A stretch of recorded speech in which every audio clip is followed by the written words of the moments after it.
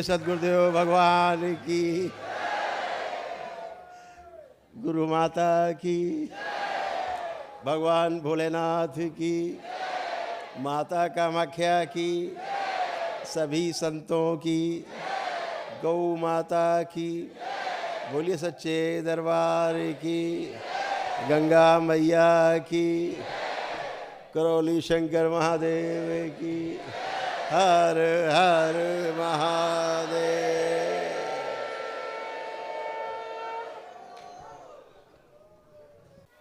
आपके अंदर ये भाव आते हैं, खूब खिलाएं पिलाएं, लोगों को दान दक्षिणा दें, गरीबों की सेवा करें, बहुत भाव रहता है। ये भाव आपको बड़ा करता है, आपकी सोच को बड़ा करता है, आप में सकारात्मकता पैदा करता है। केवल भाव रखने मात्र से यह आवश्यक नहीं कि आपके पास हो ही दान करने के लिए तभी आपको पुण्य मिलेगा। ये रद्दी कॉन्सेप्ट है। जो सर्वोच्च सिद्धांत है वो ये है कि केवल सोचने मात्र से, आपकी कल्पना मात्र से कि होगा कभी तो देंगे जरूर, पुण्य मिलता है। अद्भुत है संसार, सोच से शुरू होता है, सोच पे खत्म हो जाता है।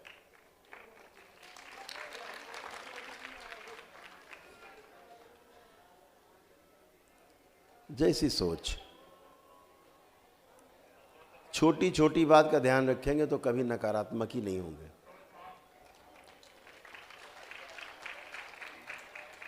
अच्छा अच्छा, दरबार बार बार कहता है अच्छा अच्छा सोचो, अच्छा अच्छा देखो, अच्छा करो, अच्छा सुनो, अच्छा बोलो, हो गए अच्छे, बन गए अच्छे। इतना ही तो करना है, सोच का ही केवल प्रभाव है।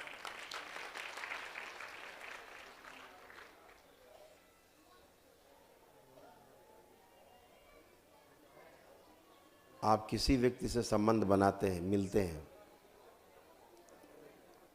और बार बार उससे मिलने की इच्छा होती है, वो केवल उसके विचार के कारण आपने देखा उसमें कि उसके अच्छे विचार हैं, इसलिए। फिर चाहे वो कुरूप हो, चाहे गरीब हो, चाहे पदहीन हो, धनहीन, कुछ भी हो, कुछ ना हो उसके पास, विचार अच्छे हैं, आप दौड़ पड़ते हो उसकी ओर। जंगल में नागा साधु बैठा रहता है, लंगोटी भी नहीं है, दौड़ पड़ते हो आप उसकी तरफ। किस लिए? उसकी सोच अच्छी है, उसका विचार अच्छा है, इसीलिए आप दौड़ते हो उसकी तरफ से, आकर्षित होते हो। शरीर देख के आकर्षित नहीं होते, कपड़े देख करके, वैभव देख करके आकर्षित बिल्कुल नहीं होते। तो वह सोच आपको अपने आप में विकसित करनी है और उसके लिए आप पूरी तरह से तैयार हैं, एकदम शुद्धि है आपकी कि अब आप ऐसी सोच रख सकते हैं बराबर, निरंतर।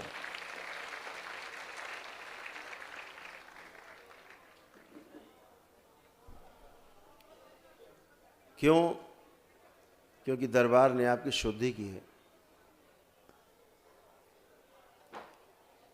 कभी दरबार में आप रोते तड़पते कष्टों से भरे हुए आए थे, आज वो दिन है जब खुशहाली है और खुशी से भरे हुए हैं।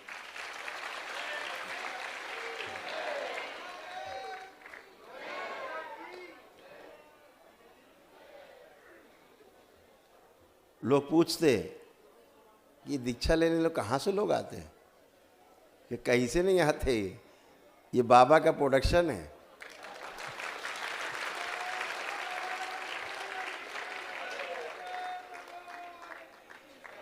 ये बाहर से नहीं आए हैं, अंदर से ही आए हैं, दरबार के ही हैं।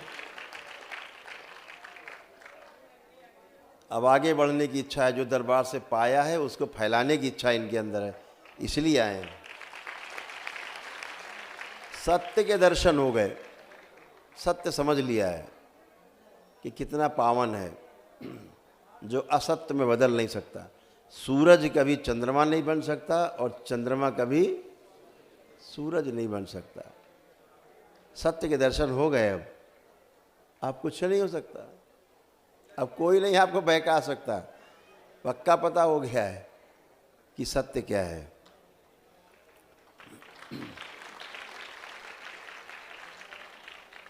तो जब भी आप किसी पीड़ित व्यक्ति की मदद करते हो, दरबार का आप पता बताते हो, अच्छी सोच, आपको उसका पुण्य मिलता है, क्योंकि आप ऐसा करते हो। सोचने मात्र से मिलता है, करने से और ज़्यादा गहरा होता है।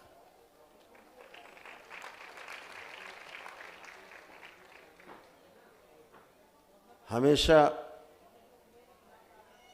इस बात का जरूर ध्यान रखना है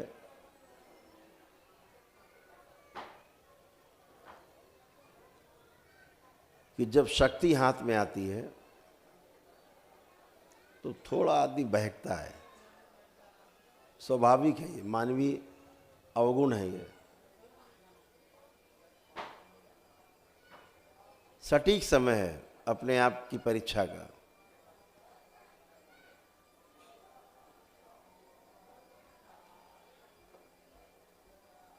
तुरंत आंख बंद करनी है और बाबा को प्रणाम करना है और बोल देना है कि बाबा, हमारे अंदर जो अहंकार आ रहा है इसकी स्मृति नष्ट कर दी जाए बस। और जहां 5 बार ओम नमः शिवाय बोल के आंख खोला, अहंकार गायब, बचता नहीं। इतना अद्भुत दरबार और इतनी अद्भुत शक्ति आपको दरबार ने दे रखी है सबको। परिवार में संकट कष्ट आते हैं, किसी को बीमारी आती है, कोई भी शरीर है, किसी को कोई बीमारी हो सकती है अपने अपने कर्म भोग के अनुसार। आप केवल प्रार्थना कर लेते हो, उसको टच कर लिया, प्रार्थना कर लिया, आ जाएगा आराम में तुरंत। जहाँ बाबा से प्रार्थना की वो कष्ट आपसे होकर निकल जाएगा। इतना जरूर करना, ये करने के बाद वो वाक्य आखिरी वाला जरूर बोल देना कि बाबा, जो फला सदस्य के लिए हमने प्रार्थना की उसका जो कष्ट मुझ में आ गया है, कृपा करके उसकी स्मृति भी नष्ट कर दें। खत्म, उससे भी गया और आपसे भी गया।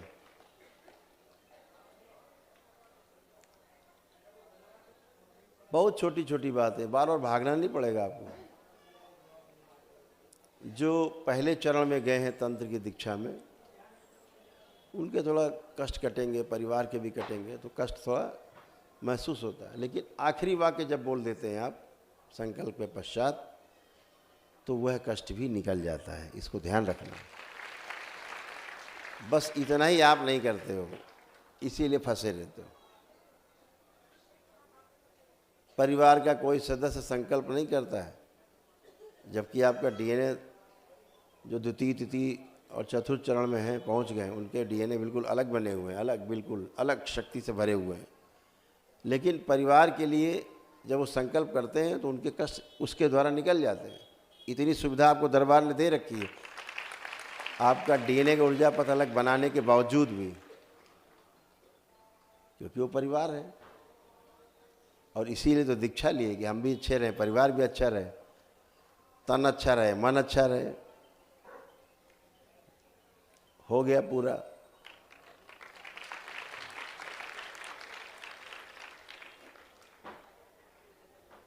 तो छोटी छोटी चीज़ें ध्यान रखने से संकट और कष्ट जाते हैं, क्योंकि सारे जो कष्ट हैं भ्रम से हैं। भ्रम के कारण ही कष्ट हैं, सारे कष्ट, ए से लेके जेड तक, ए टू जेड, भ्रम के कारण कष्ट है।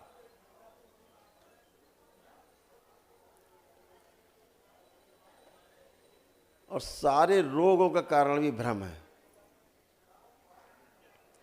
इसलिए कहा जाता है कि लेपन जरूर कर ले, करा ले। परिवार के जिस सदस्य में कष्ट है तो सूजन जरूर चली जाए मस्तिष्क की। आप में भी सूजन हो तो चली जाए, वो जरूर कर लें। सूजन से ही भ्रम उत्पन्न होता है। मस्तिष्क में सूजन हो, चाहे सूक्ष्म शरीरों में सूजन हो, मस्तिष्क वो तो चली गई, खत्म हो गई। स्थूल में किसी किसी की 100 में 2-4% लोगों में रह जाती, वो इसलिए कि लेपन नहीं करते, उतने मात्रा से चली जाती। और एक बात का विशेष ध्यान रखें, जिन लोगों ने अपनी घर संपत्तियों का संकल्प लेकर के एक सिद्ध हवन न किया हो शुद्धि के लिए, वो जरूर कर लेंगे अपना। उससे घरों की शुद्धि, जितनी चल अचल संपत्ति हो सबका संकल्प लेकर के, यहाँ ज़मीन है, ये जायदाद है, यहाँ प्लॉट है, मकान है, खेत है, बाबा इसी सिद्ध हवन में सब गंदगी दोष ज़मीनों का नष्ट कर दिया जाए, सब नष्ट हो जाएगा। जब कभी कोई ज़मीन जायदाद खरीदें या किराए पे लें कहीं, तो ज़रूर एक सिद्ध हवन मंगा के कर दें कि बाबा यहाँ जो दोष हो उसको, ज़मीन का दोष इसी में नष्ट कर दिया जाए। ये ज़रूर ध्यान रखें जीवन में, कभी कोई चीज़ आपको छू नहीं पाएगी।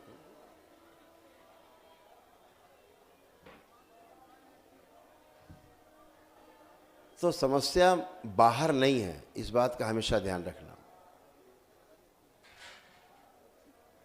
जो समस्या है दिखती बाहर है, होती अंदर है। जिस दिन आप ये सूत्र समझ जाएंगे तो विधि आपके पास है उसको नष्ट करने की, समस्या को। क्या विधि है? संकल्प और प्रार्थना।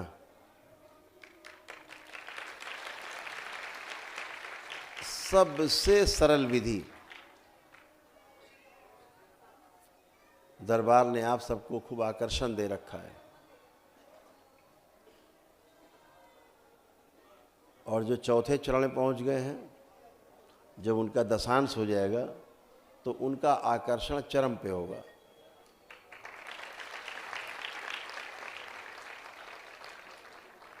फिर बिल्कुल नहीं रोएंगे कि गुरुजी व्यापार नहीं चल रहा, गुरुजी नौकरी करने का मन नहीं कर रहा, गुरुजी ये हो रहा है, बचता ही नहीं।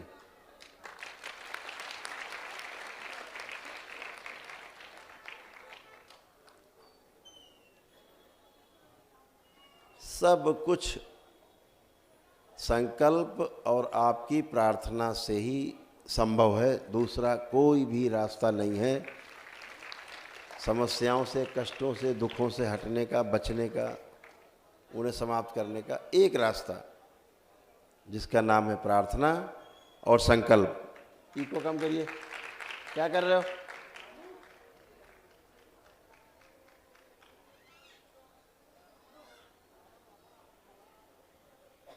ओम। ये छेड़ता क्यों रहता भाई?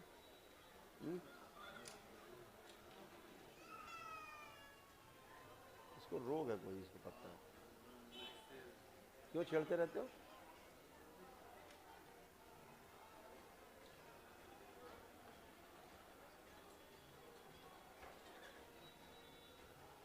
फ्लो तोड़ता है।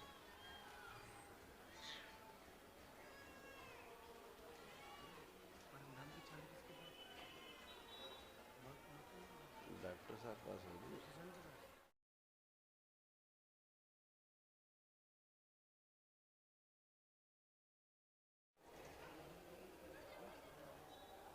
ये भी एक व्यवस्था है।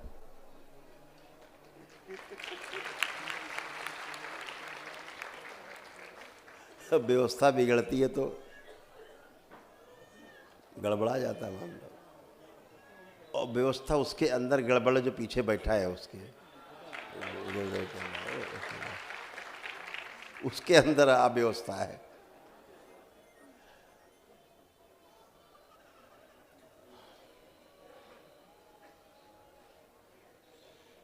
और इसलिए है कि अभी तक हवन नहीं कर पाया है।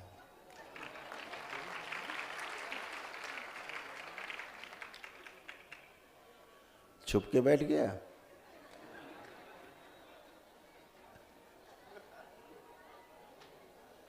आपकी करवा देना भाई इसके हवन।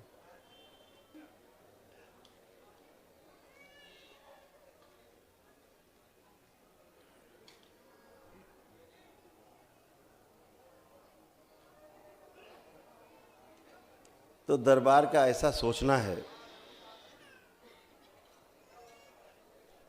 कि नवंबर दिसंबर की पूर्णिमा के बाद जनवरी में तो काशी में है, काशी विश्वनाथ में सम्मेलन हम सबका,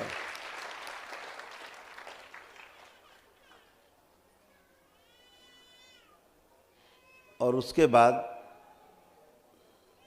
बाबा का जन्मदिन है फरवरी में, 14 फरवरी को।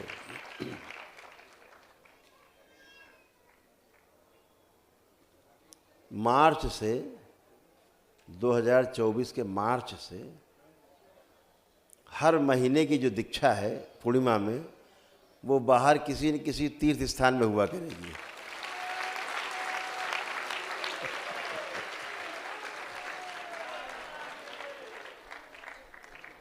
हर महीने दीक्षा तीर्थ स्थान में।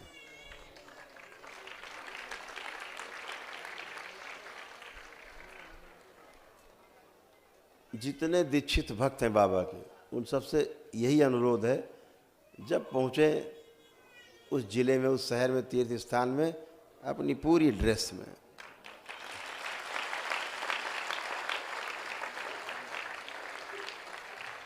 जब तक दिन भर में 100 आदमी आपसे पता न पूछ ले दरबार का, तब तक समझो पूरा नहीं हुआ।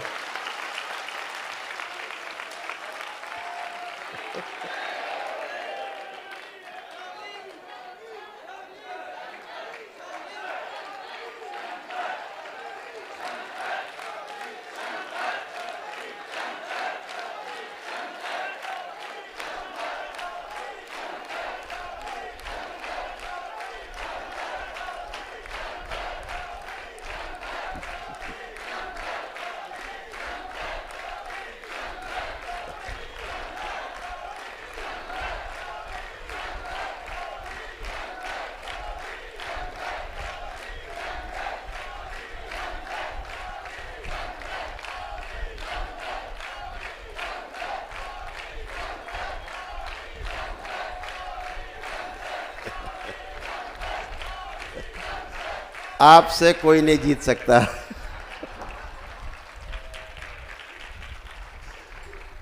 कोई नहीं जीत सकता, पता है।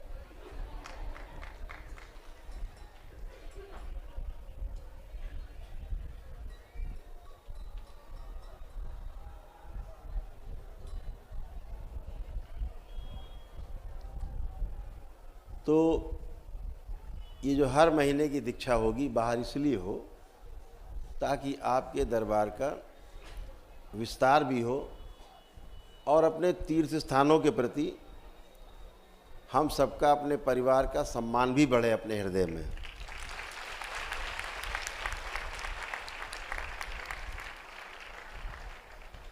ये बात आपको भली भांति समझ लेनी चाहिए। हर तीर्थ स्थान में विशेष और जबरदस्त शक्तियां रहती हैं।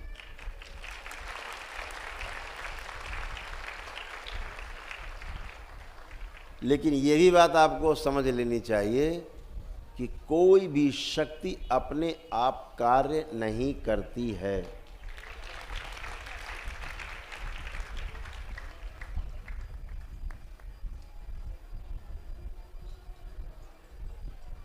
चाहे बंदूक रखी हो, चाहे गन मशीन, चाहे तोप, चाहे एटम बम, बगैर आदमी के चलाए नहीं चलता।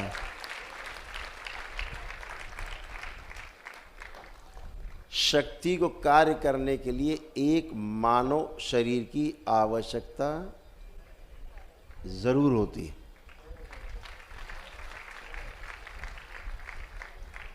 उसकी पात्रता देख करके शक्तियां सक्रिय होती हैं उसके द्वारा।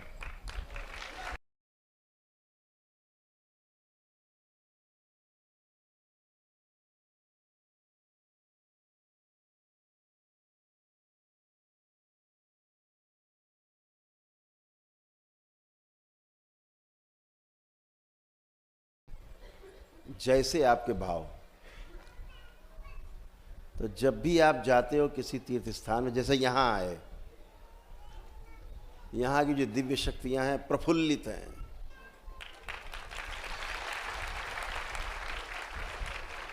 उनका उत्साह सातवां आसमान छू रहा है। रास्ता दिख गया कि एक से एक सकारात्मक लोग यहाँ हैं, इनके द्वारा काम हो सकता है, शुभ काम इनके द्वारा हो सकते हैं।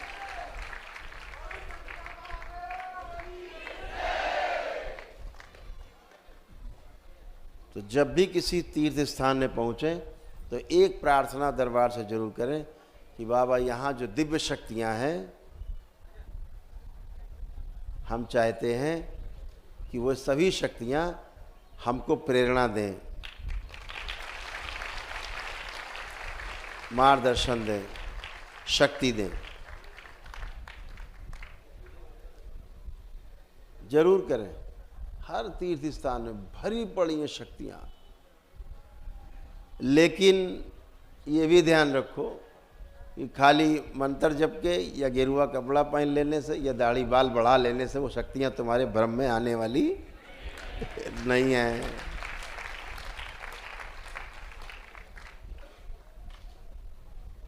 राजसी ठाठ बाट चरम पे है दिमाग में, कामुकता सबसे ज्यादा ऊपर है, चरम पे है, वासनाएं हिलोरे मार रही हैं, ऊपर से रंगे सियार की तरह लबादा ओढ़ लेने से कुछ भी होने वाला नहीं है। भ्रमित आप हो सकते हो, शक्तियां कभी भ्रमित नहीं होती।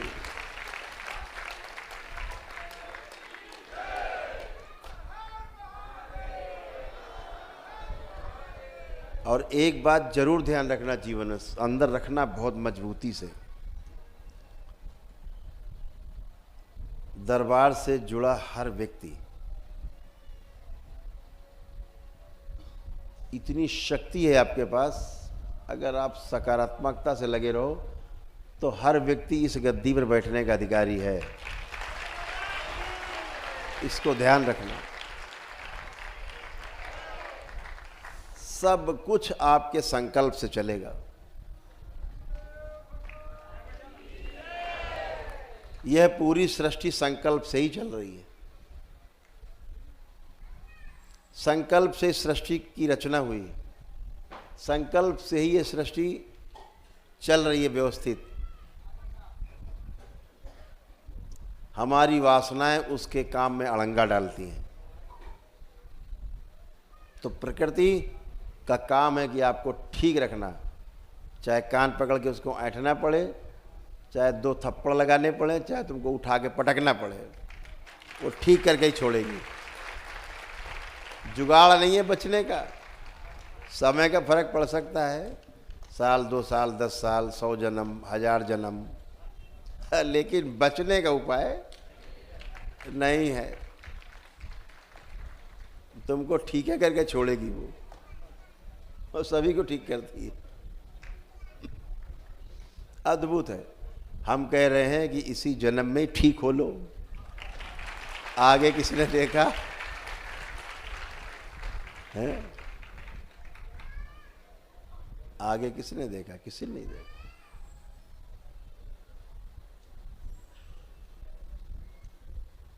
कलाम साहब जब देश के राष्ट्रपति थे,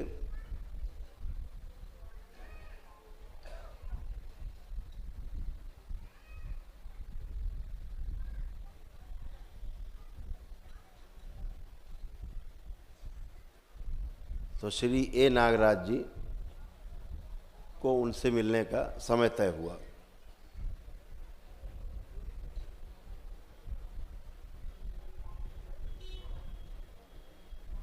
और वो दिन शायद जहाँ तक मैं सही हूँ ईद का दिन था, शायद 6 अगस्त नहीं 14 तारीख थी, अगस्त का महीना था और 2006। आप यूट्यूब पर डालेंगे तो मिल जाएगा।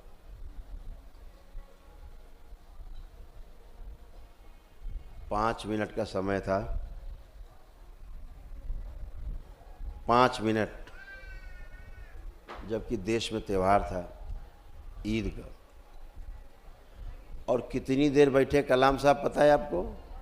5 मिनट का समय दे करके राष्ट्रपति महोदय कितनी देर बैठे उनके साथ पता है आपको? 3 घंटे।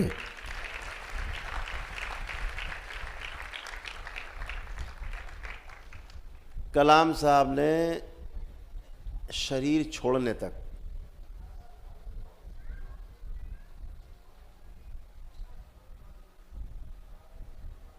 केवल दरबार की बात को ही आगे बढ़ाया। उसका दरबार का जो लक्ष्य था, दरबार के जो विचार थे, आइडियोलॉजी थी, उसको कलाम साहब ने बच्चों तक पहुंचाने का काम किया। किस रूप में? शिक्षा के रूप में। आपको जान के हैरानी होगी कि इस देश के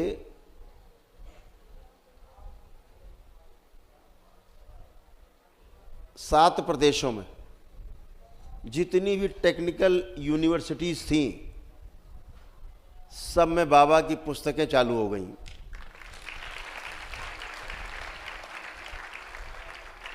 एक कोर्स बनाया गया,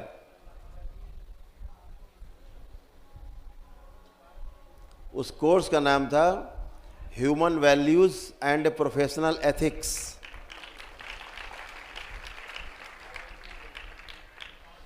IITian बच्चे पढ़ते थे, इंजीनियर बच्चे पढ़ते थे, टेक्निकल यूनिवर्सिटी बच्चे पढ़ते थे। उसकी परीक्षा दिए बगैर डिग्री नहीं मिलती।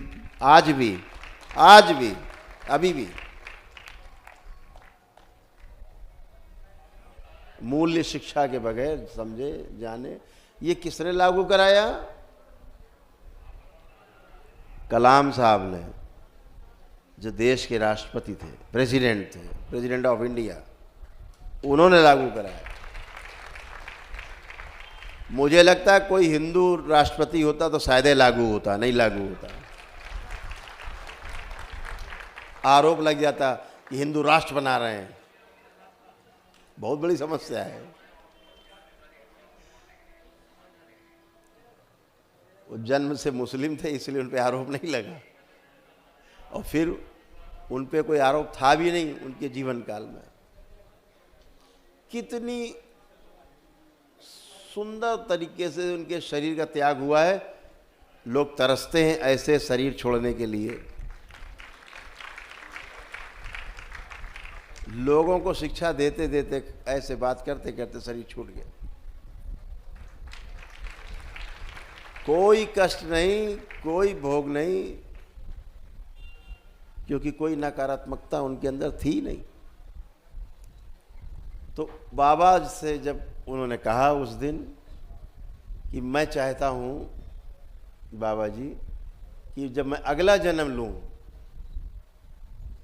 बोले ऐसी मान्यता है हमारे यहाँ कि अगला जन्म नहीं होता, लेकिन मुझे पता है होता है।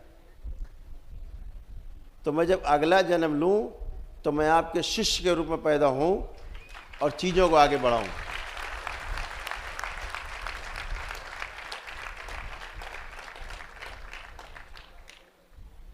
तो बाबा ने कहा कर दिया बच्चों वाली बात, कर दी बच्चों वाली बात। तुम्हें कैसे पता कि तुम्हें आगे आदमी का शरीर मिलेगा? तुम्हें कैसे पता कि मनुष्य का ही शरीर तुमको मिलेगा? है? पता नहीं जन्म लोगे कि भी नहीं लोगे, पूर्ण हो जाओगे, क्या पता। अरे हम इसी जन्म में काम करते हैं, मिल करके मित्र की तरह करते हैं, दोस्त की तरह करते हैं। शिष्य बनने क्या हो सकता है? मित्र की तरह मिलकर काम करते हैं, सेवा के लिए निकलते हैं, मानव सेवा के लिए। और ये जो हमने जाना है इसको फैलाया जाए। तो कलाम साहब को बात वो हिट कर गई, और जो पुस्तक लिखी गई फिर दी गई, आज भी कोर्स में शामिल हैं, और टेक्निकल यूनिवर्सिटीज़ के बच्चे जो है उसको पढ़ते हैं, परीक्षा देते हैं। शायद 50 अंक का प्रश्न पत्र है।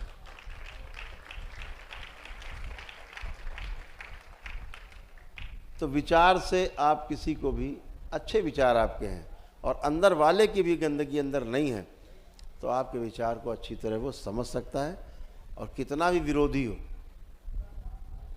कोई भी हो, सबको समझा भी सकता है। तो वो काम किया गया। तो हम सब मिलकर के इसी जन्म में अच्छा काम करने की ठाने, और इसी जन्म में पूर्ण होने के लिए सारे जितने भी विधियां उनका अप्लाई कर डालें बुद्ध की तरह।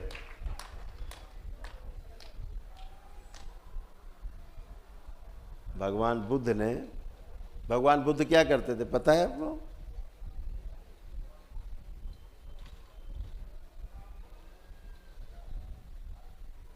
वो अपने शिष्य को पिछले 6 जन्म दिखाते थे। देख डालो भाई तुम क्या थे पिछले 6 जन्म। जो भी कूड़ा करकट होता था आदमी देख लेता था, तो उसके दिमाग में आ जाता था कि भैया अब ये वाला तो ठीक कर लो। दरबार भी आपको 6 नहीं 16 जन्म दिखा सकता है, 27 जन्म दिखा सकता है, और दिखाता ही है, दिखाता ही नहीं है। पिछले 27 जन्मों तक की आपकी गंदगी को निकाल के, धो के, छांट के, पीट के निकाल बाहर करता है आपसे। तब आप इतने सुंदर सुंदर बैठे हो।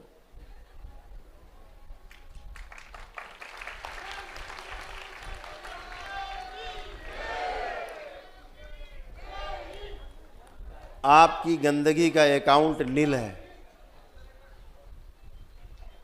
गंदगी का अकाउंट एकदम नील। अब आपकी जिम्मेदारी है कि इसमें अच्छी अच्छी चीज़ें डालो इस अकाउंट में। अच्छा देखो, अच्छा सुनो, अच्छा करो, अच्छा बोलो, अच्छा हो जाएगा, बन गए अच्छे।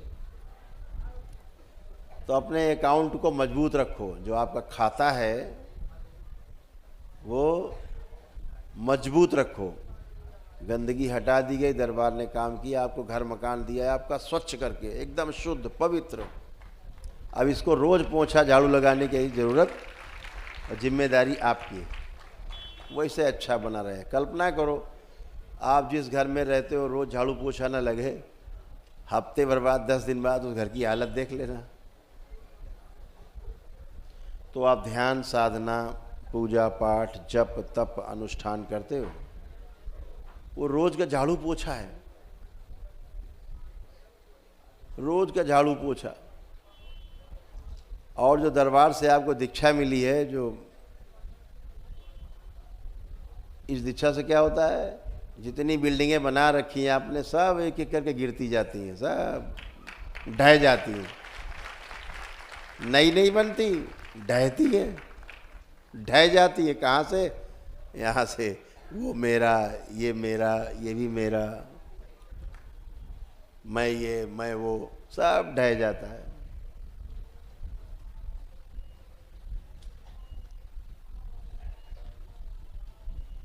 दरबार ने तमाम चीज़ें आपकी जो गंदगी थी सब ढहा दी है, बचा नहीं है। अब नया न बनने पाए, ये जिम्मेदारी आपकी है। गंदगी का ढेर नया नहीं बने। तो रोज़ अपना बाबा माँ से लौ लगा के रखना है, भगवान भोलेनाथ और माता कामाख्या की आराधना पूजा करना है। जो दीक्षा आपको बाबा के द्वारा मिली है,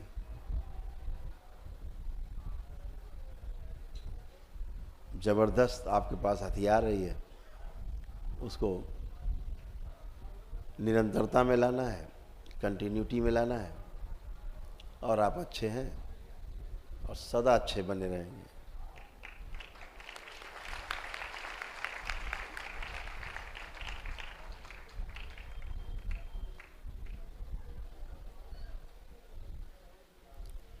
जो पहले चरण की दीक्षा में गए हैं, पहला चरण, उनका जप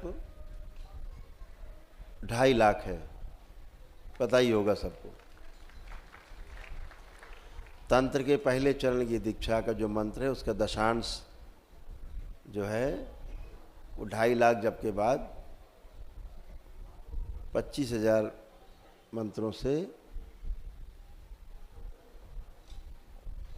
सिद्ध होता है मंत्र। जो द्वितीय चरण की दीक्षा है उसका जप 6 लाख का जप है।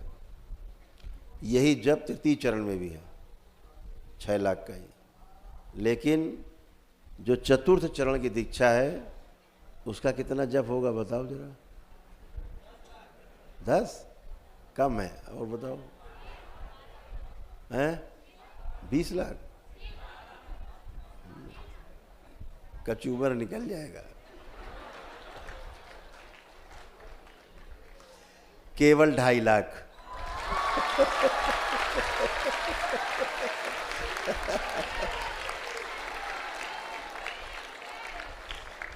इसको देखो, ये दिखा दो जरा उस पे, स्क्रीन पे। ये देखो, ये दिख रहा है? इतने से दुश्मन चला जाएगा।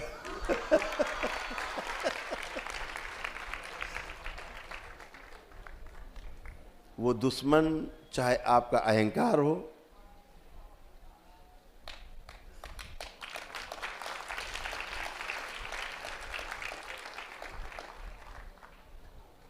वो दुश्मन चाहे आपका लालच हो, मोह हो, वासनाएं हो, नष्ट। सबसे पहला दुश्मन अपने घर के अंदर यही है। हम बाहर के दुश्मन से कम अपने अंदर के दुश्मन से ज्यादा परेशान है।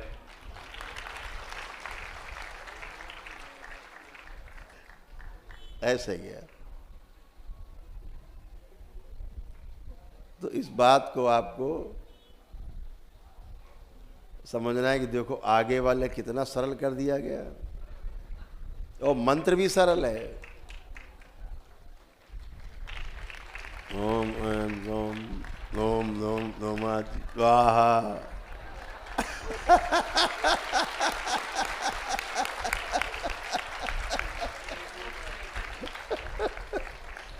इतना सरल है लेकिन बहुत खतरनाक भी है।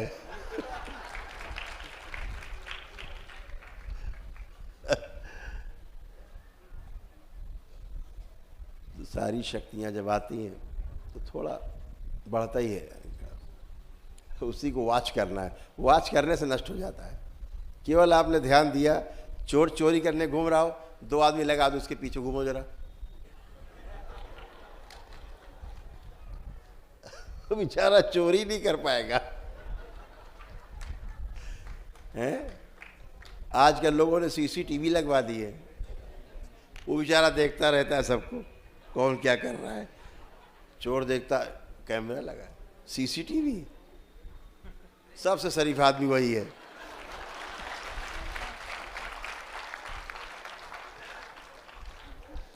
ताला कभी भी चोर के लिए नहीं होता, ध्यान रखना। ताला शरीफ आदमी के लिए होता है।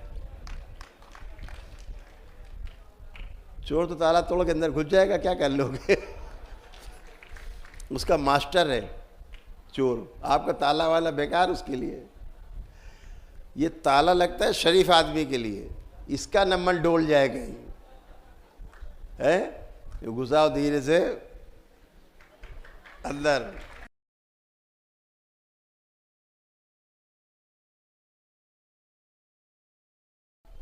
तो निकृष्टों के लिए कोई नियम नहीं है, सारे नियम आप लोगों के लिए हैं, ध्यान रखना।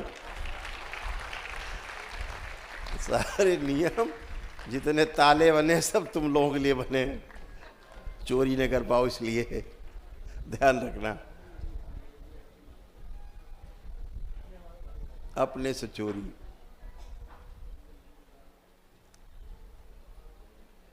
बहुत अद्भुत हमारे ऋषि मुनियों ने हमें अनुसंधान करके जो हमें सूचना दी है अपने ज्ञान को उपलब्ध होने के बाद। कल्पना करिए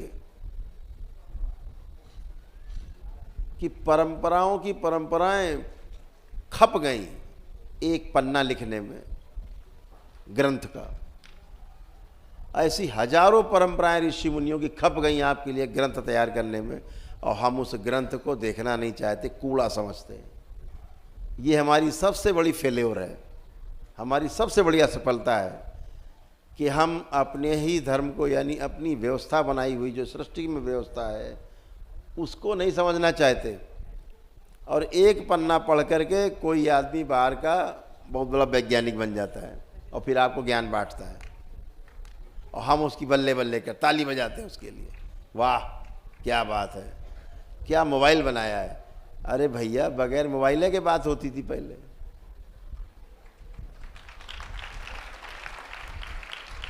अभी तो एक कलयुग है तो मशीन आ गई है, बात कर लेते हैं। तो ये हमेशा ध्यान रखो कि हमारे ऋषि मुनियों ने कोई कसर नहीं छोड़ी, और किसी भी विषय पर अनुसंधान का कोई शेष नहीं, कोई अनुसंधान शेष नहीं। आप रिसर्च कर सकते हो, खोज कर सकते हो, उसके ऊपर रिसर्च कर सकते हो, जो अनुसंधान हुआ है। नियम नहीं बदलेगा। अब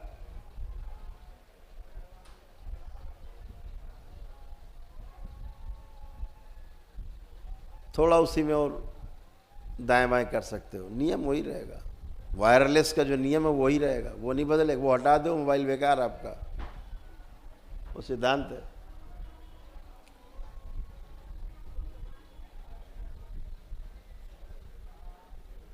खाना आग में ही पकेगा, अग्नि से ही पकेगा।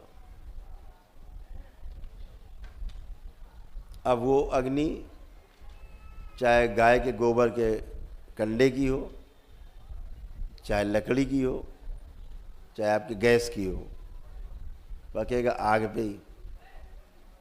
रोटी उसी आग में पकेगी, ध्यान रखना। वो सिद्धांत नहीं बदलेगा। आप अलग चीज़ें जोड़ सकते हो, सिद्धांत वही रहेगा।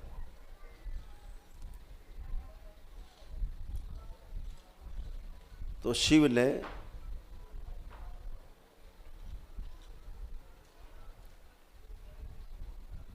सप्त ऋषियों को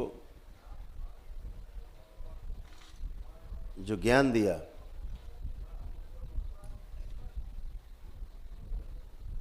जो ध्यान की 114 विधियां उन्हें सौंपी, तो ध्यान रखना इस सृष्टि में 115वीं विधि नहीं है।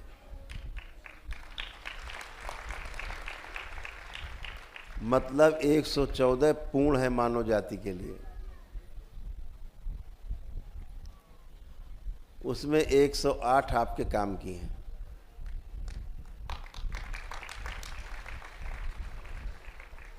उन्हीं में से एक विधि को अपना करके सिद्धार्थ गौतम बुद्ध बन गए।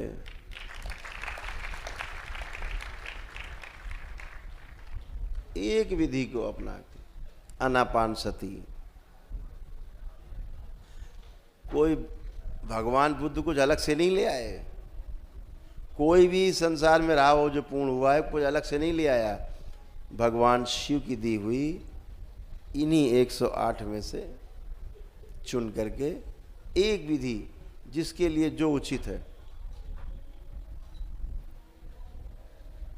जो जिसके लिए सहज है, उसी को अपना के पार हो गया।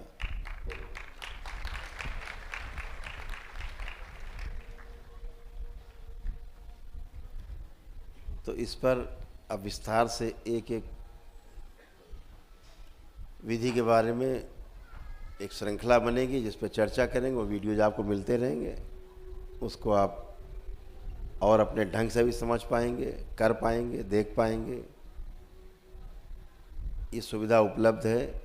इन सभी विधियों को कोई भी समझ सकता है, केवल लगन और अगन की ज़रूरत है, अपने आप समझना हो जाता है।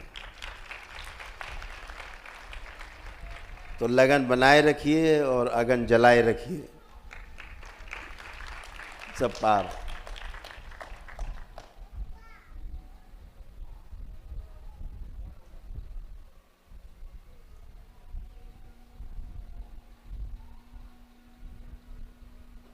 किताबों में बहुत उलझने से थोड़ा भ्रम तो उत्पन्न होता है।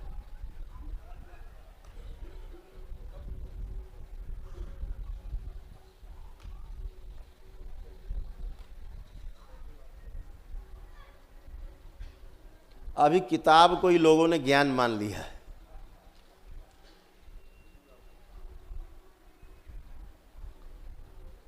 किताब को ज्ञान मान लिया।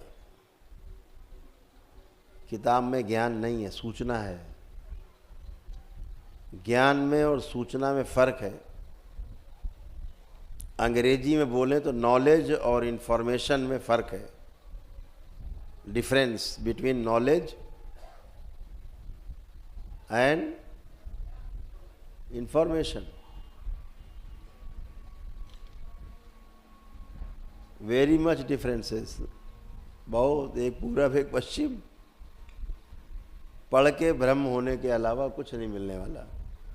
पहले प्रैक्टिस करो, पहले अनुभव करो, फिर किताब खोल के जांच लो कि हमने सही किया कि गलत किया। इसलिए किताब है।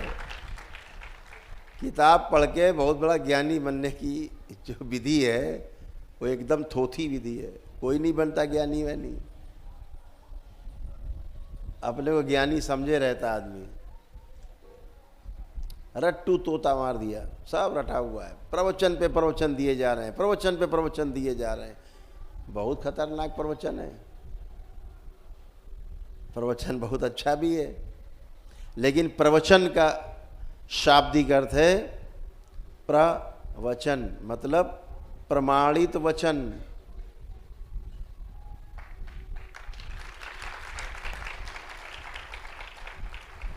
यानी आप कर चुके हैं, अनुभव हो चुका है आपको, आप इसमें जी रहे हैं, फिर इस गद्दी पर बैठ के बोल रहे हैं।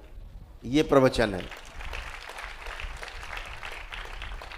केवल पढ़ करके बोल रहे हैं, किताब रट्टू तोता, ये प्रवचन नहीं है, पराय वचन है। प्रवचन नहीं कहो, पराय वचन सुनने जा रहे हैं, ऐसे बोलो। प्रवचन का अर्थ है प्रमाणित वचन, जो हमने स्वयं अनुभव किया है, अनुभव करके जाना है, वो हम बात कर रहे हैं।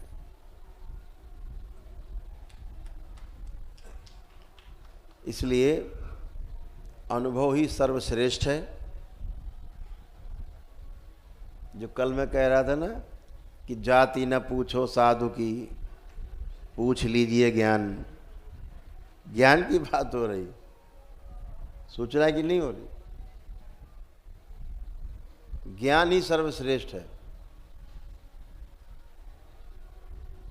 तलवार तो बेमतलब की है।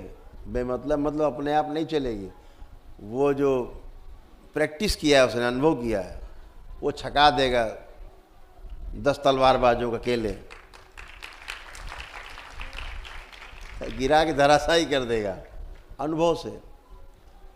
आप कहो ने हम तो थाईलैंड की तलवार लाएं, तुम्हारे पास तो इंडिया की है, आओ लड़ लो। इंडिया वाला प्रैक्टिस करके बैठा है, तुमको ऐसे लतिया गिरा देगा। है तो अनुभव बड़ा है, एक्सपीरियंस। इसीलिए अखाड़े में पहलवान रोज कुश्ती करते हैं, रोज प्रैक्टिस करते हैं, फिर जाते हैं कहीं जीतने।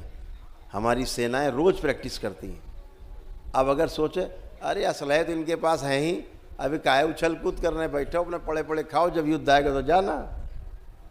तो पता लगे प्रैक्टिस ही नहीं है, तो कहाँ से युद्ध करेंगे। तो प्रैक्टिस जरूरी। सेना हमारी रोज प्रैक्टिस करती है। विपरीत परिस्थितियों में जाकर के शरीर को गलाते हैं, तोड़ते हैं, कष्ट देते हैं, कि अगर वो कष्ट हमें युद्ध के मैदान में आए, वो तो रोजमर्रा की बात है, फिर वो कष्ट नहीं मालूम होगा। तो ये अद्भुत है आपका जो रोज की प्रैक्टिस है, रोज का अभ्यास है। तो ध्यान का भी अभ्यास रोज करना चाहिए। ऐसा करने से निरंतरता बनी रहती है, और आप कब कहाँ पहुँच जाते हैं लोग देख के हैरान होते हैं, कह रहे ये कैसा था, कैसा हो गया, कैसा चमक रहा है इसका चेहरा। लोग गणित लगाते हैं, बहुत गणित लगाते हैं, ये कैसा था, अरे कैसा हो गया। ये बेचारे इसी गणित में परेशान है आदमी, गणित लगा लगा के। कल तो इसके यहाँ ठीक से खाने को नहीं था, आज यार ये कंटेसा गाड़ी में चल रहा है, इसी में आनंद ले रहा हो, इसी में आनंद ले रहा है, ईर्ष्या में भरा बैठा, ईर्ष्या में वो, लेकिन उसको आनंद आ रहा है बुराई करने में। अरे यार देखा साला लगा चुरा लाया, लगता कहीं से लूट उट लाया कहीं से, अभी तक तो नहीं था इसके पास, बड़ा आनंद आ रहा है पर निंदा में। कुत्ता देखा है, कुत्ता हड्डी चबाते कभी देखो, अब हड्डी में ना तो मांस है ना कोई रस है, लेकिन हड्डी चबाता रहता है। देखो हड्डी देखो, नकली हड्डी दे दो वो चबाता है, पपी उसको दे दो कचर कचर करता रहता है बैठे। तो असली वाली हड्डी जब कुत्ता चबाता है उसको बड़ा रस आता है। क्यों रस आता है पता है आपको? इतना चबाता है, इतना चबाता है कि उसकी हड्डियों की नोकें होके उसके लग जाती, घुस जाती मसूड़े में, तो उसका खून बहता खुद का मुंह के अंदर, और अपने खून पीता रहता है। उसको लगता है बड़ा बढ़िया खून हड्डी से निकल रहा है, अपना ही खून पीता है। आदमी की तरह है ना कुत्ता।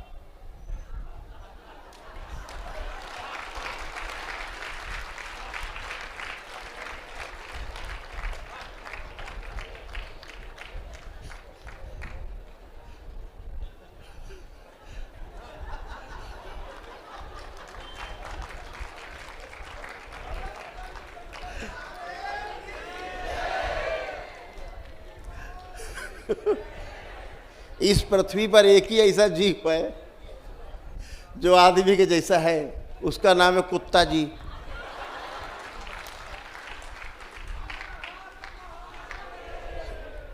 कैसे जानोगे आदमी की तरह है? गाय घास खाती कि मांस? घास खाती। मांस खिला सकते हो उसको आप? नहीं। शेर घास खाता कि मांस? आप घास खिला सकते हो उसको? नहीं। आदमी दोनों खाता है। कुत्ता जी भी दोनों खाता है। कुत्ता साहब भी आदमी के साथ रहते रहते इतना ट्रेंड हो गया है, बिल्कुल आदमी बनने के कगार पे पहुंच गया है। और जब कुत्ते मरते हैं ज्यादातर, तो आजकल वही आदमी बन के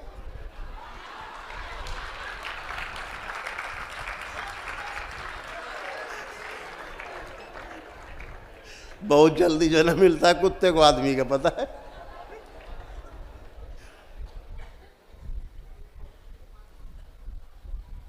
पहले घरों में गौ माता को पालने की परंपरा थी। जिसके घर में गाय नहीं होती थी वो अभागा माना जाता था। किसके कर्म फूटे हुए हैं, किसके यहाँ गाय नहीं है घर के खूंटे पर। तो गाय मनुष्य के साथ रहते रहते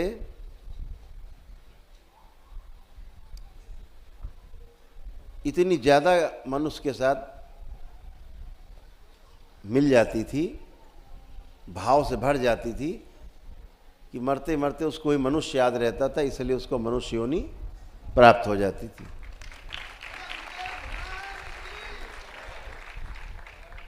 गाय को अक्सर मनुष्य योनि प्राप्त होती।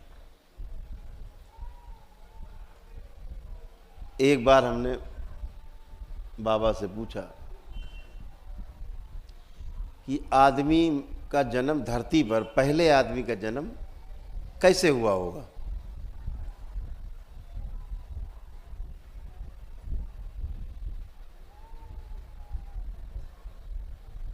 तो बाबा ने कहा कि मेरे अनुसार आदमी का जो जन्म है गाय के पेट से हुआ, पहले मनुष्य का जन्म।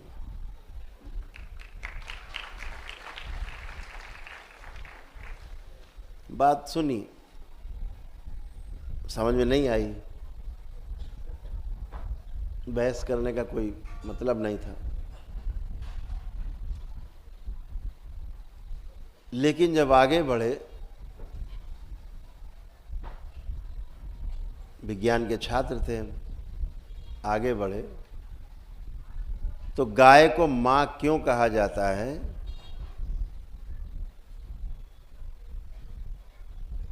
इसकी सूचना प्राप्त हुई। वैज्ञानिक तरीके से प्रमाण के रूप में प्राप्त हुई। गाय को मां क्यों कहा जाता है? ऐसा कोई जानवर नहीं जिसको मां कहते हो या पिता कहते हो।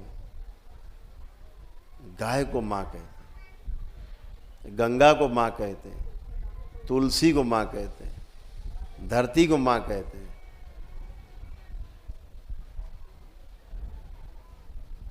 ये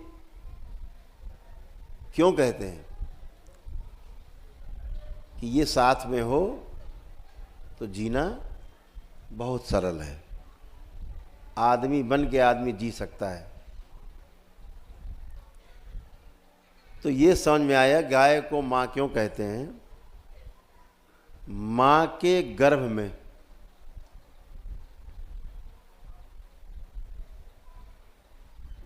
उसकी गर्भनाल से जुड़ करके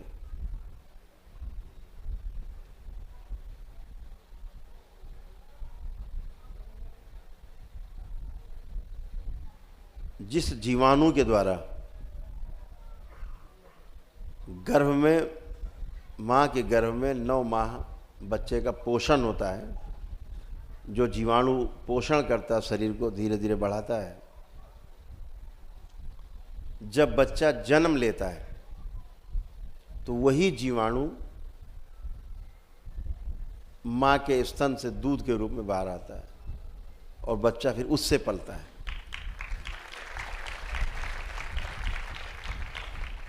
इसीलिए अपनी मां का दूध पी करके जो बच्चे बड़े होते हैं, असली में मानो वो होते हैं। वो डिब्बा बंद पाउडर वाला डिब्बा बन जाता है। माँ का कहते हैं ना, माँ का दूध पिया तो आओ, अब बेचारे पिए नहीं। कैसे आए? कहने भैया हम तो डिब्बे के पिए थे।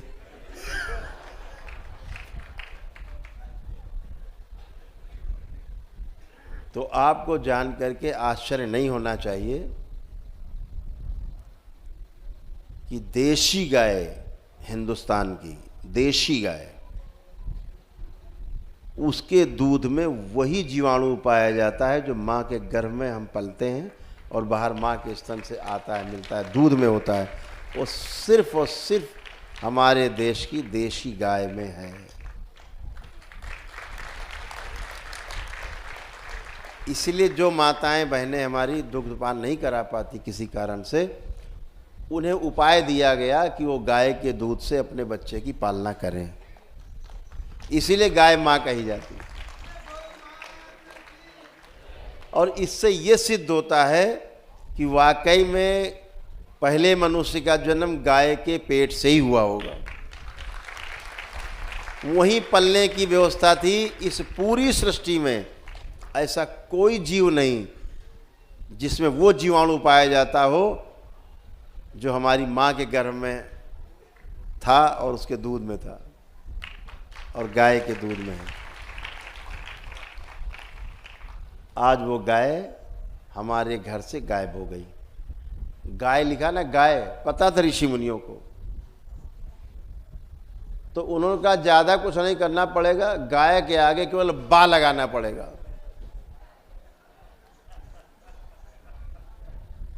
गायब, तो गाय गायब हो गई।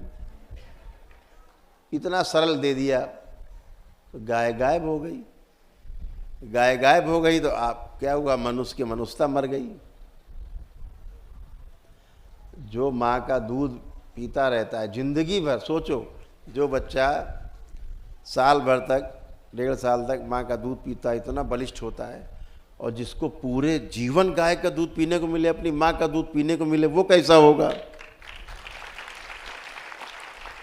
तो हम सब वंचित हो गए। कहाँ चले गए? अमूल दूध पीता है इंडिया। अब बच्चों को पढ़ाने जाते थे, पूछते थे दूध कहाँ से आता है? कहीं पराग डेयरी से। पराग डेयरी से दूध आता? उन्हें पता ही नहीं बेचारों को दूध कहाँ से आता है। वास्तविकता से दूर हो गए। पता है, माँ बहुत ही पवित्र शब्द है। कितना छोटा नाम दिया, इतना छोटा नाम, कितना बड़ा काम, पूरी सृष्टि को अपने गर्भ में समाये हुए है। मां बोल दिया, जो निरंतर केवल शुभ ही सोचती रहती बच्चों का। ऐसे ही हमारी मां है।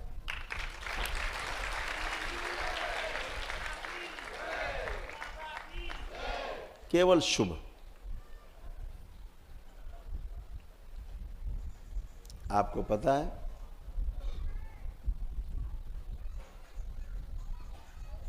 जब बच्चा मां के पेट में स्थिर होता है गर्भ में, तो उस मां का मासिक धर्म बंद हो जाता है। एक परंपरा है इस देश में, जब पूजा पाठ का काम होगा तो पूछा जाता है, रजस्वला तो नहीं है बिटिया?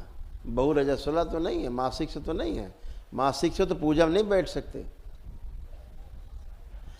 यही आपका एक दरबार है जिसमें 365 दिन हमारी माताएं बहनें पूजा पाठ, ध्यान, जप, तप, साधना, अनुष्ठान सब कर सकती। वो माँ है। अगर आज वो गंदी है तो फिर हमसे गंदा कोई नहीं सृष्टि में। 4 दिन वो गंदी नहीं होती, 4 दिन वो सृष्टि के काम में संलग्न रहती है, सृजन में संलग्न रहती है माँ।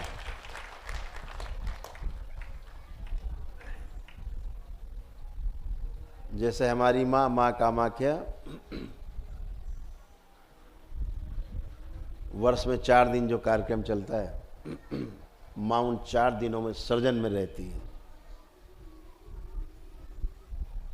उस कष्ट से गुजरती है। तो हमारे ऋषि मुनियों ने नियम बनाया कि कष्ट में होगी, कमजोरी महसूस कर रही होगी, तो उससे कहो आराम करे। ऐसा सोच के बनाया। निठल्लों ने क्या कर दिया? ना ना ना, दूर, छुआ, अपवित्र है। तो पहले तो तुम अपवित्र, पहले तुम उठो वहां से, तुम खुद है अपवित्र हो। क्यों? माँ के उस मासिक धर्म जो बंद हो जाता है, जिसे आप खराब रक्त कहते हो, अपवित्रता कहते हो, उसी रक्त से 9 महीने तक आपके शरीर का निर्माण होता है।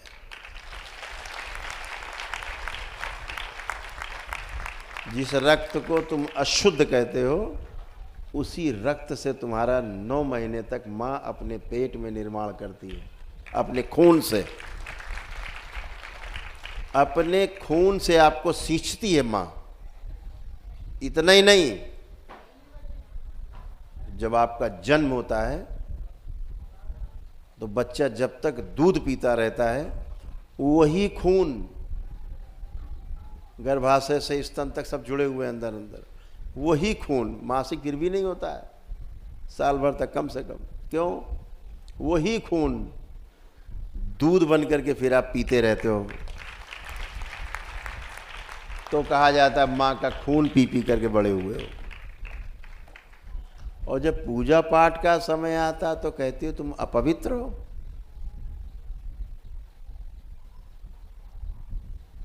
सूचना में और ज्ञान में यही फर्क है।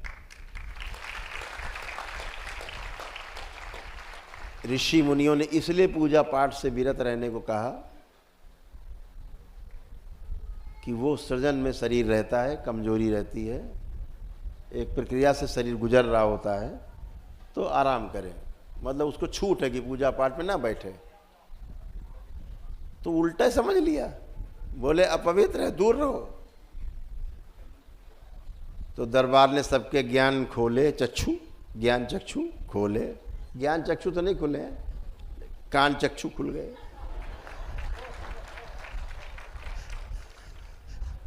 कान चक्षु कि देखो महिलाएं बच्चियां मासिक धर्म में नहीं, लेकिन हवन किए हैं और देखो सब टन होके बैठे हैं, कोई रोक टोक नहीं है। तो फालतू की बकवास नहीं। बकवास कहाँ होगी गुंजाइश? जहाँ पर ज्ञान नहीं है, केवल सूचना है, नॉलेज नहीं है, केवल इंफॉर्मेशन है। आज हमारे देश में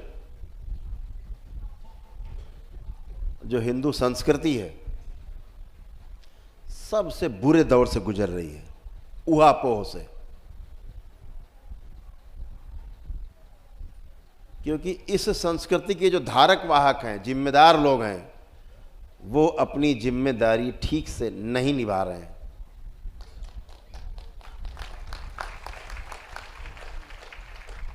केवल हिंदू राष्ट्र, हिंदू राष्ट्र, हिंदू राष्ट्र चिल्लाने से हिंदू राष्ट्र नहीं बनेगा। हिंदू संस्कृति को अपनाने से हिंदू राष्ट्र ये देश बनेगा। हम अपनी संस्कृति भूल गए हैं, इधर ध्यान देना होगा। और ये ध्यान दिलाने का काम उनका है जिन्होंने इसका व्रत लिया है, घर छोड़ा है, जिन्हें हम साधु कहते हैं, जिन्हें हम संत कहते हैं। हमारे बड़े बड़े देश के जो धर्माचार्य हैं, जिनकी ओर हमारी निगाहें लगी रहती हैं, कोई संवाद नहीं रह गया है जनमानस के साथ। केवल प्रवचन, बैठ के छैया छैया दैया दैया, इधर बजाए बाजा उधर बजाए बाजा, डांस कराया थोड़ी देर, 2-4 घंटे, बुद्धि विलास। बड़ा मजा आया आज। घर में जाके पता लगा जूता लात चल रही है। मजा तो यहां बहुत आया। घर पहुंचे फिर वही देते रहेगी, तलाक, मार कूट, उठा पटक। कहां चला गया भैया वो प्रवचन?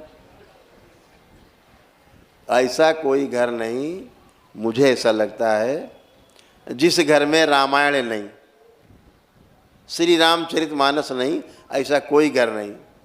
फिर भी महाभारत मच्छी फड़ी। महाभारत किसी घर में नहीं रखा है, तो रामायण की जगह महाभारत क्यों हो रही? काहे हो रही महाभारत? ये जो महाभारत है, इससे सीखो।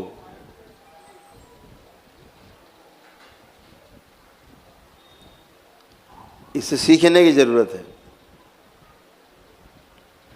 कि जब तक पितृ मुक्ति नहीं, तब तक महाभारत खत्म नहीं होगी घर की। ये ध्यान रखो। जब तक पितृ मुक्ति नहीं, पितरों की स्मृतियों से मुक्ति नहीं, तब तक ये महाभारत चलती रहेगी। महाभारत स्मृतियों का ही खेल था, वो श्री कृष्ण का खेल था। भगवान श्री कृष्ण सब दुष्टों का विनाश करा दिया, उसी में स्मृति डाल दी, सब लड़ मर जाओ सब। आप कल्पना करो, जो गीता हमें शांति का संदेश देती है, वही गीता श्रीमद् भागवत गीता नाम है, प्रभु के द्वारा गाया गया गीत, उसका नाम गीता है। श्रीमद् भागवत गीता का क्या मतलब हुआ? अर्थ प्रभु के श्रीमुख से गाया हुआ गीत, जिसको हम सुन करके अशांति महसूस करते हैं, वही प्रभु के द्वारा स्वयं भगवान श्री कृष्ण के द्वारा कुरुक्षेत्र में गाया हुआ गीत, उसने भयानक युद्ध करा दिया, महाभारत करा दी। वहां का शांति नहीं आई, वो तो स्वयं गाया उन्होंने खड़े होकर के अर्जुन के सामने। 18 अध्याय। तो कायदे से तो युद्ध नहीं होना चाहिए था, शांति आ जानी चाहिए थी। लेकिन इस सृष्टि में जब सृष्टि को काम लेना होता है, तो तलवार को सुई बना के उस सुई को तलवार बना के काम ले लेती है। मत सोचो कि हमारे पास तलवार नहीं है, सुई से भी आपकी काम करवा सकती है सृष्टि। ध्यान रखो, लक्ष्य से भटकाएगी नहीं, आपको लक्ष्य तक पहुंचा देगी। तो ये मत सोचो कि हमारे पास गाड़ी नहीं है, बंगला नहीं है, रुपया बहुत, पैसा सोना चांदी नहीं, कैसे होगा। कैसे होगा इसकी जिम्मेदारी उसकी है। आप तो बस अच्छा अच्छा सोचो, अच्छा अच्छा करो, अच्छा अच्छा देखो, हो गया। अच्छा, ये रुपया पैसा सोना चांदी आपको अच्छा नहीं बनाएगा, अच्छा बनाएगा आपका अपना स्वयं का विचार, आपकी स्वयं की इच्छा विचार आशाएं। इच्छा करना गलत नहीं है, इच्छाएं रखना गलत नहीं है, खूब इच्छा रखना है, लेकिन जो सही चीज़ है उसकी इच्छा करिए। सारी एनर्जी उसी सही चीज़ में लगा दीजिए। आप तमाम इच्छा करके बैठे, ये भी वो भी वो भी ये भी, पूरी दुनिया हमारी हो जाए। हर आदमी यही सोच रहा है टाटा बिरला बनने के लिए, अंबानी बनने के लिए। अरे भाई, कोई कर्मचारी बनने का भी सोचो। एक बड़ी गांव में कहावत कही जाती थी कि सब कुकरियां अगर परागे चली जाएंगी तो दोना कौन चाटेगा। यहाँ कहावत कही जाती थी गांव में, यानी अगर सब कुत्ते जीते हैं, कुत्ते बिल्ली पराग मतलब प्रयागराज चले जाएंगे तो एक गांव में धुलना पत्ता कौन चाटेगा, सफाई कौन करेगा। तो सबकी उपयोगिता सब अलग अलग स्थान पर है।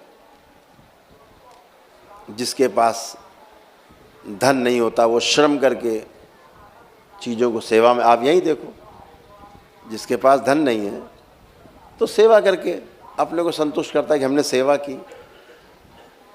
जिसके पास धन है सेवा नहीं कर सकता, वो धन दे देता है क्योंकि श्रम से उत्पन्न किया उसने, धन दे देता है, उससे अपने को संतुष्टि महसूस करता है कि हमने कुछ किया। कुछ चीज़ों को प्रचार प्रसार करता और आगे बढ़ाता, वो उस हिसाब से आगे सेवा कर रहा है। कुछ लोग यहाँ खड़े होकर सेवा, इतने वॉलंटियर हैं दरबार के, कम से कम 150 से ज़्यादा तो वॉलंटियर दरबार के काम कर रहे हैं चारों तरफ, जिन्होंने जिम्मा ले रखा है आपकी सुरक्षा का, आपके ख्याल रखने के लिए सब जिम्मा ले रखा है। आपकी खट्टी मीठी कड़वी बातें भी सुनते बेचारे हैं। तो एक जोरदार ताली उनके लिए, सभी वॉलंटियर्स के लिए जो इस पूरी सेवा में लगे रहे, हर जगह आपकी सेवा करते हैं। तो आज 2-3 घोषणाएं, अगला जो सम्मेलन होगा, यानी वर्ष में जो 4 सम्मेलन होते हैं उसमें अगले वर्ष का जो पहला सम्मेलन होगा वो इस सृष्टि के केंद्र काशी में होगा, काशी विश्वनाथ वाराणसी में। वो 25, 26 और 27 जनवरी को वहाँ शिविर होगा, 3 दिवसीय। दूसरा, दरबार ने ये भी निर्णय लिया है कि मार्च के महीने से 2024 से दीक्षा का जो कार्यक्रम है हर पूर्णिमा को, वो किसी न किसी नए तीर्थ स्थान पर हुआ करेगा।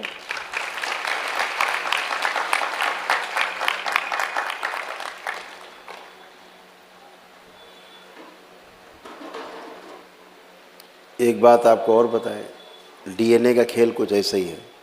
जब कोई शक्तियाँ किसी के माध्यम से इस डीएनए ऊर्जा पथ में आकर्षित होती हैं, सेवा के लिए आती हैं, तो उसका प्रभाव सभी में जाता है। जितने बाबा के डीएनए में जुड़े हुए शिष्य सब में जाता है, ऐसे नहीं अकेले उसी में आएगा। जितने भी सकारात्मक उसके प्रति होंगे सभी में जाता है, तो पुण्य सब में बंटता है।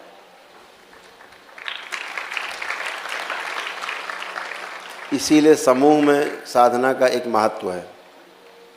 किसी की कमज़ोर ऊर्जा रहती तो अगल बगल ऊर्जा ज़्यादा रहती, उसको वो सपोर्ट करती तो उठाती ऊपर। तो भय बिल्कुल नहीं रखना है। किसी को भय आ रहा है कोई मृत्यु से, तो हाथ उठा सकता है। नहीं, ठीक, कोई भय नहीं किसी प्रकार का, मृत्यु का भी भय नहीं किसी में, ना मृत्यु से भय, ना रोगों कष्टों से कोई भय है, क्योंकि ये भगवान भोलेनाथ का दरबार है, माता कामाख्या का दरबार है, पूर्ण गुरुओं का दरबार है, इसलिए मृत्यु से भी भय नहीं। ये सिर्फ और सिर्फ आपका दरबार ही कर सकता है।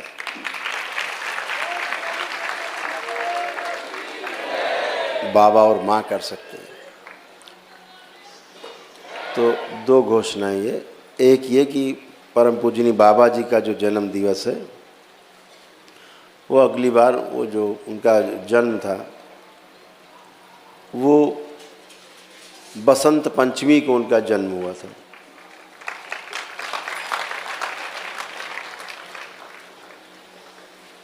तो 14 फरवरी को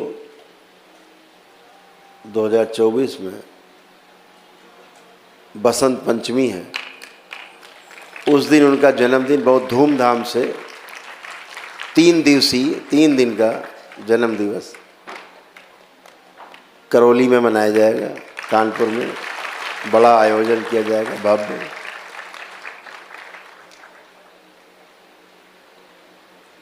जिसमें देश की बहुत नामचीन लोग भी आएंगे आपके बीच में, आपके साथ शामिल होने के लिए। ये दरबार कभी ये नहीं करता, आपने कभी वीडियो नहीं देखे होंगे कि कोई अधिकारी आए तो उसको वीडियो में दिखा दिया, ये फला फला अधिकारी आए, देखो गुरु जी के पैर छू रहे। कोई बहुत बड़ा लीडर आया, मिनिस्टर आया, मुख्यमंत्री आया, गवर्नर आया तो दिखा दिया। ऐसा कोई वीडियो देखा आप लोगों ने? कोई वीडियो नहीं। इसका अर्थ नहीं, ये नहीं कि नहीं आते।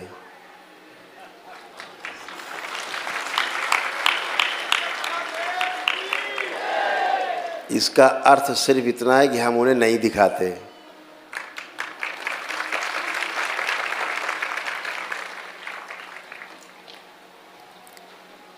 तमाम असुविधाओं से उनको बचाने के लिए और स्वयं को भी, दरबार को भी ऐसा नहीं दिखाते।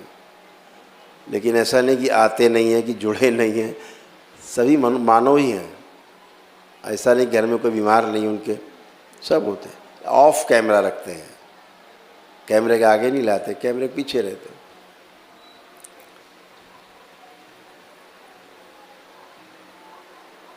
– 2025 से अपने आप सब आगे वही रहेंगे।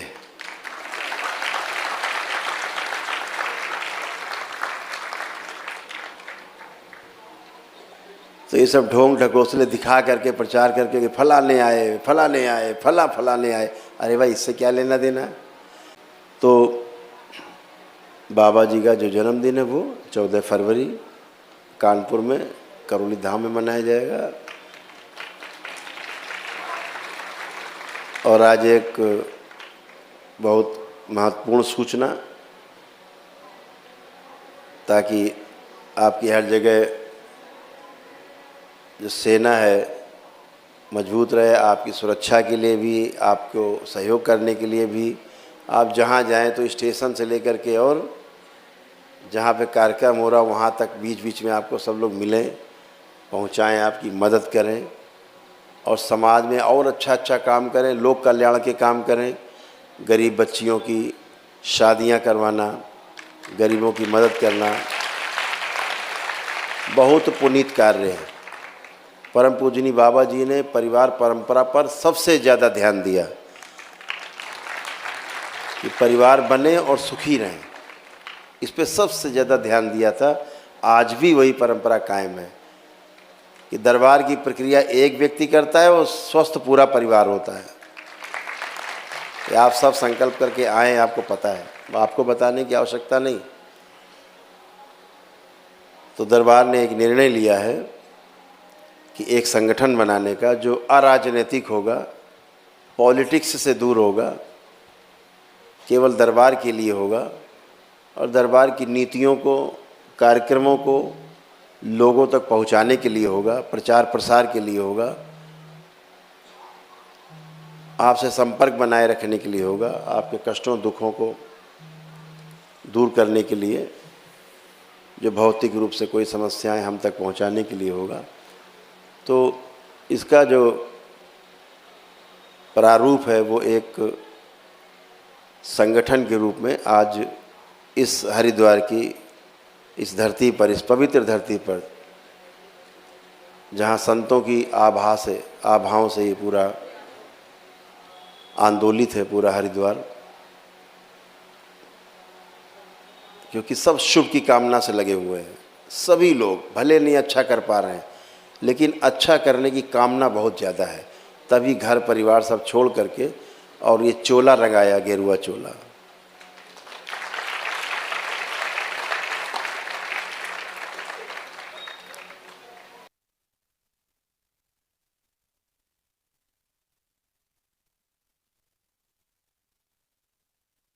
तो राजीव जी हमसे पूछ रहे थे, तो गेरुआ कपड़ा ही क्यों पहना? पता है क्यों पहना? जंगल में रह के जप तप तपस्या साधना सब करते थे, तो जंगल में कीड़े मकोड़े इन सब का प्रभाव रहता है। तो एक गेरू मिट्टी आती है, गेरू मिट्टी, गेरू सुना नाम? तो क्या करते थे कि कपड़ा तो सफ़ेद बुन जाता था, जुलाहे बुन देते थे,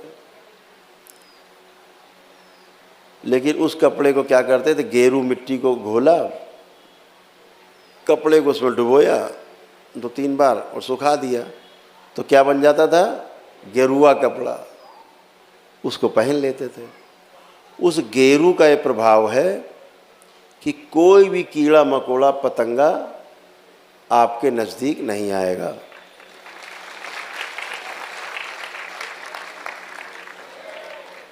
इसीलिए गेरू पहनाया गया, गेरुआ। जंगलों में रहते थे, आपको जंगल में रहना है क्या? नहीं, इसलिए पीत वस्त्र पहनाया गया।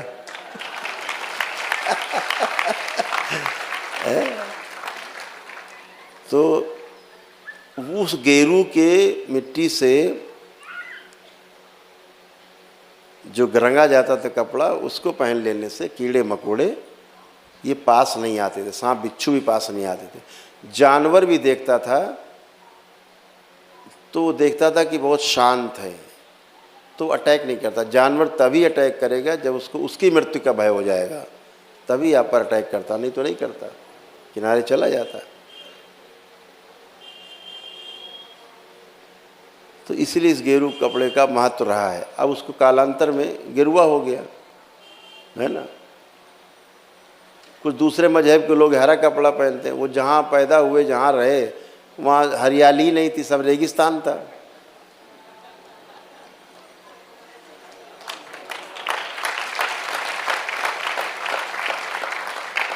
तो उन्होंने हरा रंग अपना लिया। बपौती थोड़े ना है हरे रंग पे, आप पे नहीं था तो अपना लिया, इतना तो था। यहाँ सब कुछ है, तभी बार बार आक्रमण, बार बार आक्रमण, बार बार आक्रमण, ऐसे होता था। तो चौथी घोषणा है कि दरबार आज घोषणा कर रहा है एक संगठन बनाने की, जिसका नाम होगा शंकर सेना।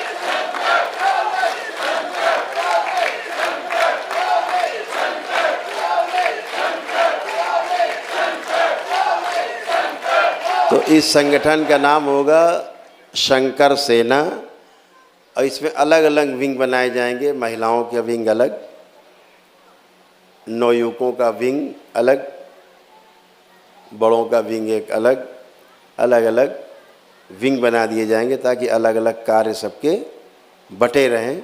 और ये प्रदेश लेवल पे गठन होगा हर प्रदेश में, और वहाँ के उसकी जिम्मेदारी बनेगी कमेटी की, जिलों जिलों में अपने जो भक्त हैं, शिष्य हैं दरबार के, उस संगठन में जुड़ते जाएं।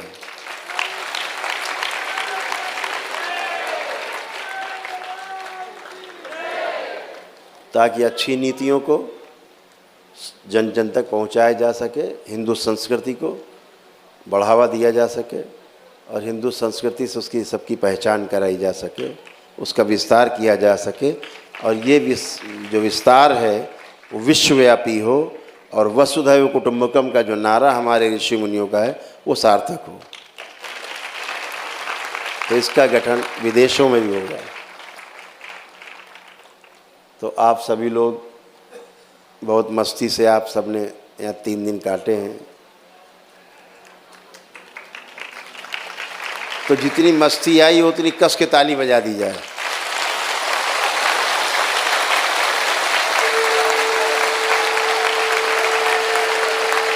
बहुत सुंदर,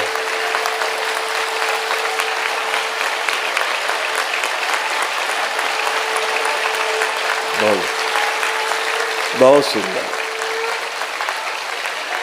बहुत सुंदर। तालियां बता रही हैं कि बहुत आनंद आया है। ये आनंद घटे नहीं, बढ़ते जाना है। इस आनंद को और बढ़ाना है, बढ़ाते जाना है और हर तीसरे महीने होने वाले सम्मेलन में आने का संकल्प लेना है कि जरूर पहुंचना है। ये तालियां ही संकल्प हैं।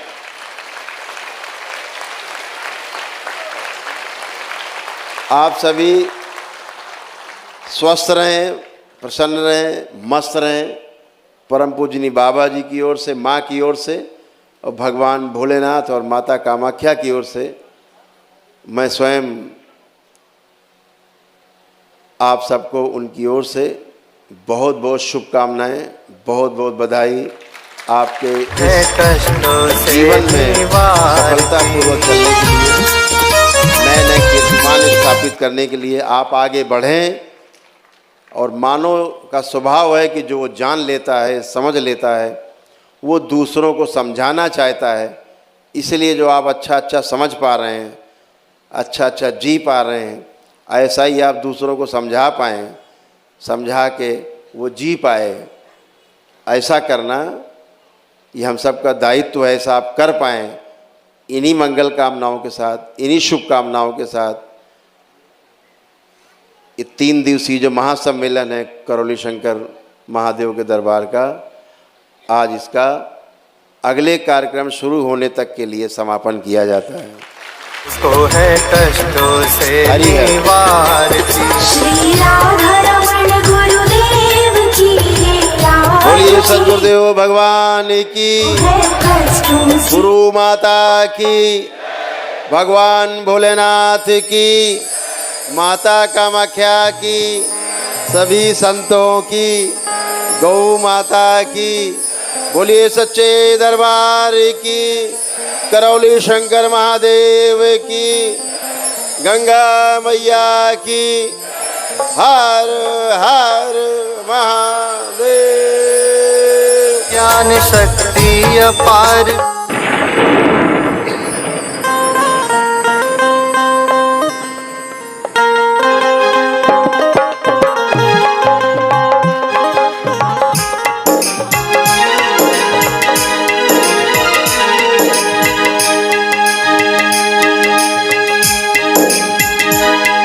बोलिए करौली शंकर भगवान की जय, बोलिए करौली शंकर महादेव की जय। उस शहर नू करौली शहर नू मेरा प्रणाम कि जिथे मेरे गुरु रहंदे ने। करौली धाम नू मेरा प्रणाम कि जिथे मेरे गुरु रहंदे ने। मेरे लिए चारों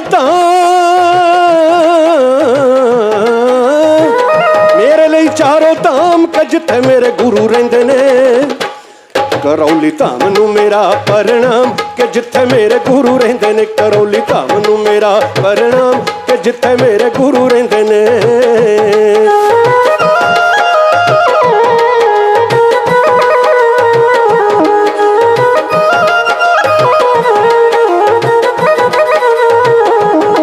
ओ तक कदे न डुबदे ने, ओ तक कदे न डुबदे ने। ਜਿਹੜੇ ਕਰੌਲੀ ਸ਼ੰਕਰ ਨੇ ਤਾਰੇ ਉਹ ਤਾਂ ਕਦੇ ਨਾ ਡੁੱਬਦੇ ਨੇ ਜਿਹੜੇ ਕਰੌਲੀ ਸ਼ੰਕਰ ਨੇ ਤਾਰੇ ਕਰੌਲੀ ਸ਼ੰਕਰ ਨਹੀਂ ਡੁੱਬਣ ਦਿੰਦਾ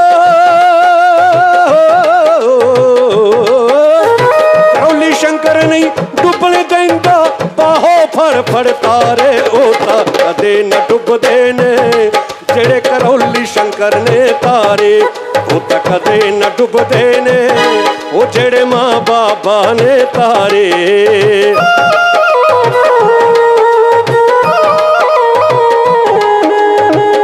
तेरे दरबार की बाबा निराली शान जो देखी तुझे देते नहीं देखा मगर झोली भरी देखी ओ जिसते कर दे नजर सवली हो जन वारे न्यारे ओ ता कदे न डुबदे ने ओ जड़े करौली शंकर ने तारे ओ ता कदे न डुबदे ने ओ जड़े करौली शंकर ने तारे जय जय राधा रमण हरि ओम।